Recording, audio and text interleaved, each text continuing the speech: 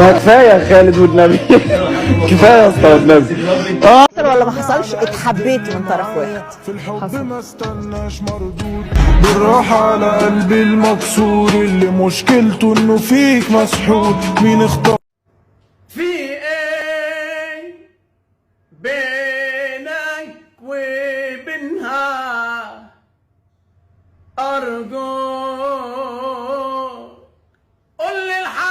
رد مغني الراب المصري ويجز على الشائعات التي انتشرت بقوة في الأشهر الأخيرة عليه، كان أبرزها دخوله بعلاقة عاطفية مع الممثلة هدى المفتي.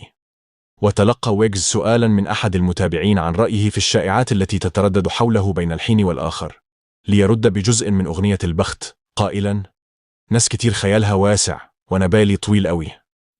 اعمل يا جدع لايك، قولي قول لي الله ينور، ما تشتمني وفي يبقى كده بتقدرني، انما بتعمل تقرا وما تعملش حاجه، تبحلق وتبرق بس في الكومنت او في البوست.